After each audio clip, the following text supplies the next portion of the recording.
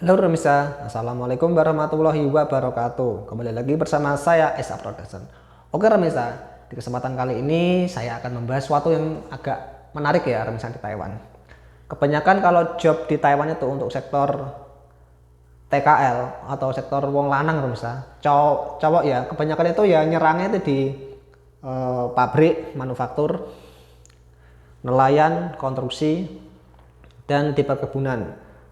Ada juga panti jompo misal kalau panti jompo sih ya itu sudah lama cowok bisa masuk ke situ gitu loh. Yang ini tuh ternyata itu kemarin tuh saya kan kalau pagi mau berangkat kerja misalnya mesti selalu ngopi dulu rokokan misal sebelum bel kerja dimulai. Itu saya sering nonton TikTok misal.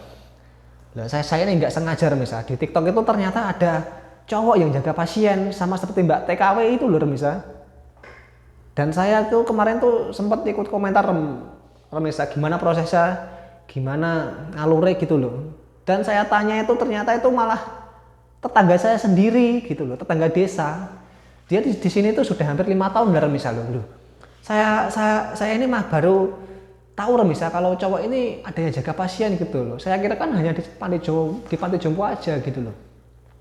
Nah saya kan kaget Remisa. Saya tanya itu dia sudah bekerja di sini jaga pasien itu sudah 5 tahun misal. Lalu dia itu jaga itu ceritanya itu pasien yang dijaga itu pernah mengalami kecelakaan jadi dia lumpuh gak bisa apa-apa. Kalau usianya sih masih muda misalnya sekitar umur 27-an itu. Kalau nggak salah akun TikToknya itu siapa ya? Mas Edi Supriyono atau siapa gitu loh. Saya sering itu kalau pagi selalu nonton dia. Kalau nggak hujan itu si pasiennya sering diajak ke taman gitu loh. Wah ini agak menarik ya misalnya buat teman-teman. Soalnya job seperti ini nih sangat apa itu dari segi biaya itu sangat murah misalnya. Biasanya di cover sama si majikan itu tadi gitu loh. Dan untuk masalah gaji itu ya remis saya, ya agak lumayan lah remis saya. Enaknya itu kita nggak usah mikirin biaya tempat tinggal. Lalu untuk biaya Sabtu Minggu kalau pabrik kan kalau nggak ada lembur kan makan kita urus sendiri kan misalnya. Kalau itu kan positif kan mesti dikasih. Kalau untuk masalah rokok atau apa kan ya kebutuhan kita sendiri kan nggak mungkin dibeliin sama majikan. Kalau majikannya baik ya mungkin ya dikasih gitu loh. Sebenarnya kita ngopi di sini misalnya padang pikirnya ya misalnya. Tarung rokokan misalnya. Kalau teman-teman nggak suka merokok bisa di skip dulu nggak apa-apa. Jadi seperti itu ya misalnya. Saya baru tahu ini atau saya yang kurang up to date atau gimana gitu loh. Ini bisa menjadi opsi untuk teman-teman yang mau ke Taiwan ya. Kalau untuk masalah job seperti itu di Taiwan melimpah misalnya, nggak seperti job pabrik. Kalau untuk masalah biaya, kalau untuk masalah biaya itu di Taiwan ya misalnya, job seperti itu malah agak murah. Ya dari segi positifnya ya misalnya dari keuntungannya itu ya. Kalau masalah gaji kita bisa negosiasi sama si majikan berapa besarannya itu kan bisa nego. Lalu kedua itu kita nggak usah bayar namanya service agency. Biasanya itu kebanyakan ditanggung sama si majikan. Askes, Astek itu biasanya ditanggung gitu loh. Kalau pabrik kan nggak, kita yang over sendiri gitu loh. Itu enaknya kerja di seperti itu. Lalu kalau masalah Sabtu Minggu kan biasanya itu dihitung lembur misal. Jadi ya wes positif tiap bulan bisa mengantongi di angka 30 ribuan itu. Kalau itu menyakup dari gaji pokoknya sama lemburan itu tadi di Sabtu Minggu gitu loh. Wah ini menarik juga misal. Perlu dipertimbangkan. Kalau teman-teman yang mungkin mau minat ya bisa mencarinya di PT itu masih ada. Tapi kebanyakan ya misal job seperti itu kita diwajibkan harus bisa bahasa. Itu harus bisa bahasa karena kita interaksi komunikasi ya setiap hari lah. Itu jobnya biasanya ya jaga orang tua gitu.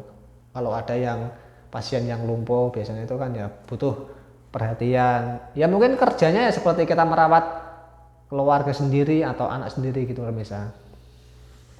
Kalau saya pribadi ya kalau saya terjun ke job seperti itu ya butuh adaptasi yang cukup lama ya misal, karena kita basicnya saya ini kan ya kerja pabrik tau.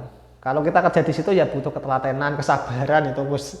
Pasti yang dibutuhkan seperti itu. Ibaratnya kalau si pasien itu berak atau rewel gitu loh, mah malam itu wes rono rene mesti kita ya nggak bisa tidur gitu loh.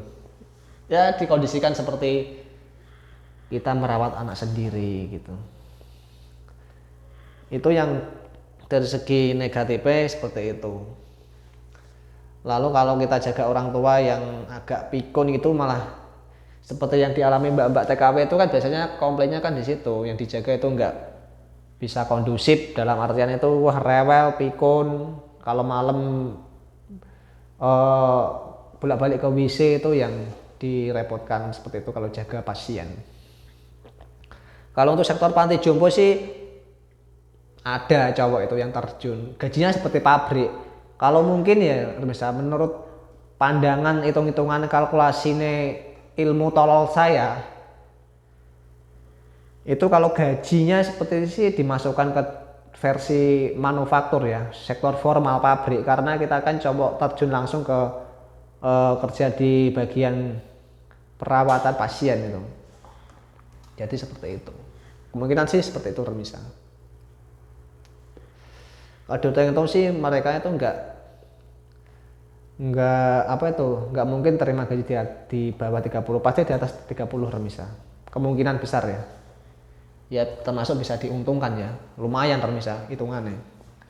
Ini bisa menjadi opsi bagi teman-teman yang mau nyerang sektor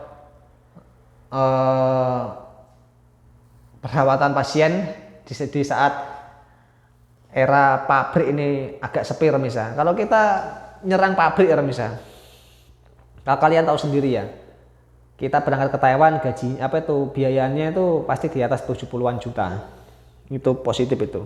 Belum potongan Cina trase, belum lagi kalau sampai sini nggak ada lemburannya, pabriknya malah wes tambah mumet misal. Belum lagi di Sabtu Minggu kita ya ngurus makan sendiri, bayar mes, bayar ini itu. Wah, remuk misal. Kalau sektor jaga pasien kan ya agak bisa di cover biasanya, bisa diminimalisir lah. Jadi kita ini bisa mengumpulkan uang agak lumayan misal daripada kita kerja di pabrik. Tapi nggak enaknya ya seperti itu tadi gitu loh. Kita harus siap. Pertama kita bahasanya harus lancar jaya misal. Kalau kita nggak lancar ya agak merepotkan, soalnya komunikasi tiap hari gitu loh antara majikan dan pasien itu sendiri gitu. Kalau saya sih pribadi ya misal, kalau job seperti itu sih mau, asalkan ya yang dijaga itu ya cewek masih cantik itu gelem misal. Itu ya seperti itu. Itu bercanda misal. Ya nggak mungkin lah. Saya ini basicnya kerja pabrik kok kerja seperti itu. Kalau pabriknya lumayan remuk ya wes mau nggak mau ya nyerang job seperti itu gitu loh. Jadi seperti itu misalnya. Sebenarnya kita ngopi di rumah. Kopi, mari kita ngopi. Itu job jaga pasien. Saya baru tahu misalnya malah. Atau saya ini kurang up to date atau gimana gitu. Itu kalau pagi pasti dia lab. Nanti kalau saya tahu nanti saya cantumkan di link deskripsi ya misalnya. Itu nama akun TikTok ya. Soalnya saya cari di berandanya itu nggak muncul, cuma dia pas lab aja itu. Itu yang nonton banyak misalnya. Butuh kesabaran, ketelatenan itu kalau jaga seperti itu. Ya, yang penting duitnya misalnya. Kalau kerja seperti itu, nggak usah mikirin gengsi. Jadi seperti itu ya misalnya. Tetap semangat buat calon TKI yang mau ke Taiwan. Jangan lupa like, subscribe, dan komen. Bila video ini bermanfaat, jangan lupa di-share ya misalnya. Oke, misalnya. Wassalamualaikum warahmatullahi wabarakatuh. Salam TKI Taiwan.